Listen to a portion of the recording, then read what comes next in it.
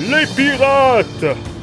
Le cri du capitaine se perd dans le fracas de canons roulant sur les vagues.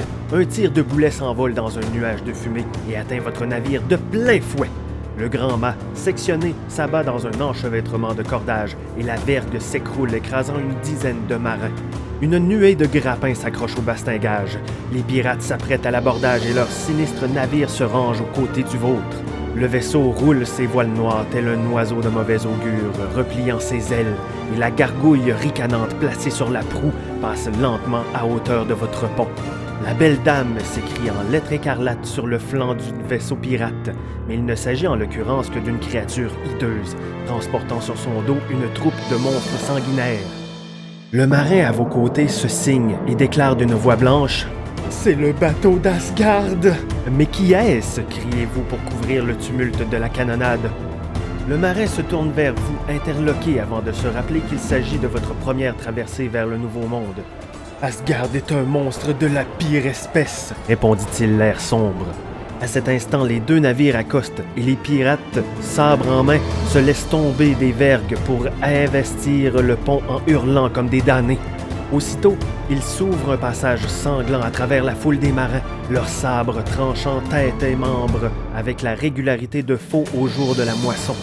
Le capitaine et ses lieutenants rassemblés autour de la barre sont rapidement massacrés.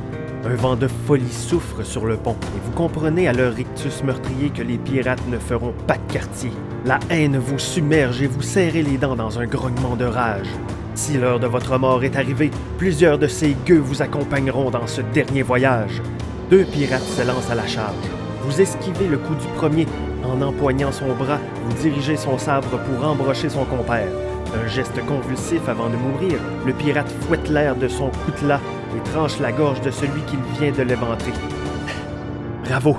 Deux d'un coup, vous vous tournez et pour la première fois vous posez les yeux sur Asgard.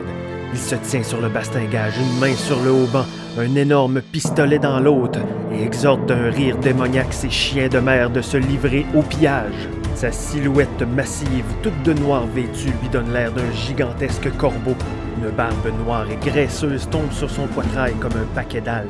Une monstrueuse cicatrice lui barre le visage et une lueur malsaine brille dans son œil unique, l'autre étant masqué par un bandeau de cuir.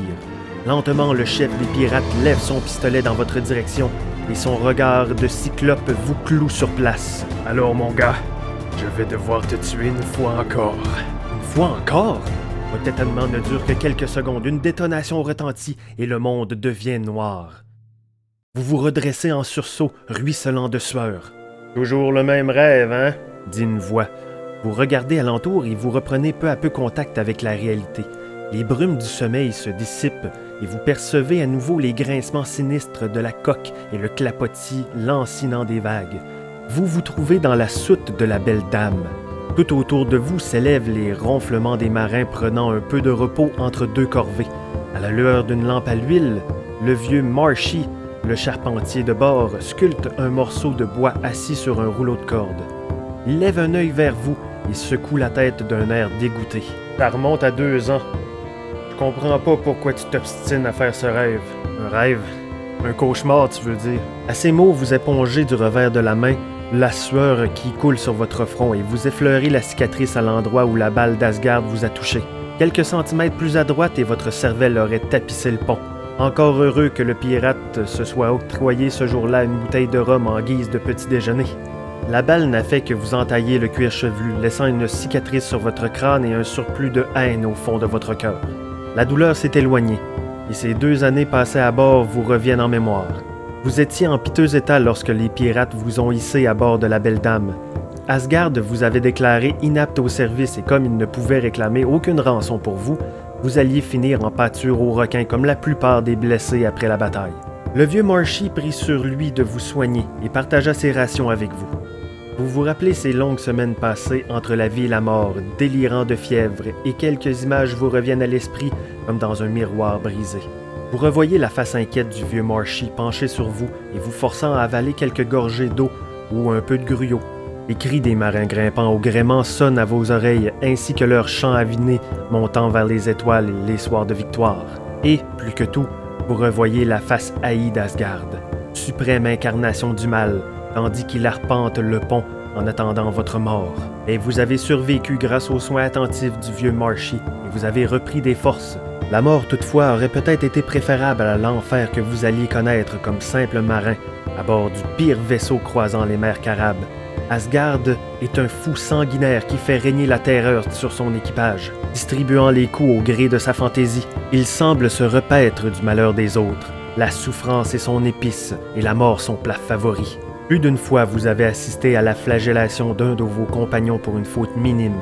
Vous aussi, vous avez dû subir le fouet à ne plus pouvoir bouger pendant de longs jours sous les colibets d'Asgard et de ses sbires. Tout le monde sur le pont! Cet ordre aboyé vous arrache brusquement de vos pensées et vous secouez vos compagnons de chambre avant de filer par les coursives pour remonter le pont inondé de soleil. Asgard se tient sur le château derrière. Orbok, le second, une brute aux faciès de bœuf, vous pousse aussitôt en grognant « Toi, grimpe sur le haut banc! » Vous vous exécutez et en prenant de la hauteur, vous apercevez par bâbord un petit brick vers laquelle la belle dame fait route. Le navire pirate a tôt fait de le joindre et vous remarquez à présent une gigantesque croix dressée sur le pont. Le bateau ne possède aucun canon. C'est de la pure folie si on en croit l'adage. Quand tu prends la mer, fais ta prière et remplis bien la poudrière. Vous comprenez mieux la raison de cette absence d'armement à la vue des passagers. Ce sont des moines. La voix tonnante d'Asgard roule par-dessus les flots comme un grondement de tonnerre. Faites halte, ou je vous envoie par le fond. Sortez vos richesses et vous aurez peut-être la vie sauve. Mais nous ne possédons rien, clame un moine en retour. Nous sommes des frères de la charité. Nous allons porter la parole du Seigneur auprès des païens du Nouveau Monde. Asgard esquisse un sourire de mauvais augure et réplique. Pourquoi ne pas évangéliser le fond des mers? Je ne connais rien de plus sauvage. Il se penche sur la balustrade et interpelle le canonnier. Maître Borograve, lâchez une bordée et envoyez-moi ces soutanes par 40 brasses de fond, que le ciel n'entende plus leurs paroles mielleuses. Les moines savent qu'ils ne pourront distancer la belle dame, et tandis qu'une rangée de canons sort des flancs du navire, ils entament un cantique. Leur chant, empreint de sérénité, s'envole, porté par une brise, et vous ne pouvez vous empêcher de revoir les vertes vallées de votre pays natal. La plupart des marins interrompent leur besogne, émus par la mélancolique beauté du cantique. Vous remarquez même un ou deux pirates qui ne peuvent masquer leur embarras. « Parez à faire feu! » hurle Asgard, électrisé par la perspective du carnage. « Non! » Un cri retentit et un maillet de charpentier survole le pont pour atteindre Asgard en pleine tête. Bon. Le bruit vous fait tressaillir, mais il en faudra davantage pour ébranler un tel monstre. Le pirate vacille sur le choc et rattrape le maillet avant qu'il ne touche au sol. Il se retourne alors, livide de rage, un filet de sang coulant le long de sa tempe le rend plus effrayant encore. Son œil luisant parcourt l'assemblée. « Maître Marsh, ce maillet est à vous, me semble-t-il. » Le vieux Marshy tremble de peur et bredouille, toute velléité de révolte l'ayant abandonné. Capitaine, ce sont des hommes de Dieu! Je ne pensais pas... » Asgard essuie le sang qui coule de sa joue et le porte lentement à ses lèvres. Il fait signe à deux de ses sbires de s'emparer de Marshy et le traîne sans ménagement jusqu'au château arrière. « Posez sa tête sur le bastingage, les gars! » dit Asgard d'une voix doucereuse tout en jouant avec le maillet. « Vous avez raison, maître Marsh. Vous ne pensez pas. À quoi sert une tête quand il n'y a rien dedans? » Vous saisissez avec horreur les intentions du pirate et vous descendez vivement à votre poste, mais trop tard, hélas. Le maillet s'abat avec fracas et le bruit d'amphores brisés résonne sur le pont silencieux.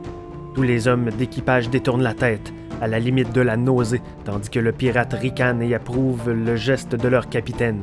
Le corps sans vie du vieux Marshy est jeté par-dessus bord. « Maudit sois-tu, Asgard! » jurez-vous entre vos dents en posant pied sur le pont. « Je jure de te faire payer cher pour ce crime. » « Tu n'es pas le seul à vouloir sa perte, » chuchote une voix dans votre dos, « et reste calme si tu ne veux pas subir le même sort. » Vous vous retournez vers trois matelots, Grimy, Oakley et Blutz, enrôlés de force comme vous après l'abordage de leur navire. « Nous avons un plan, » murmure Grimy. « Si nous restons à bord, nos jours seront comptés. Nous sommes de quart ce soir. Nous comptons nous enfuir à bord de la chaloupe avec un peu de matériel et tenter de rallier Port-Léchand. 400 000 en haute mer sur une simple chaloupe?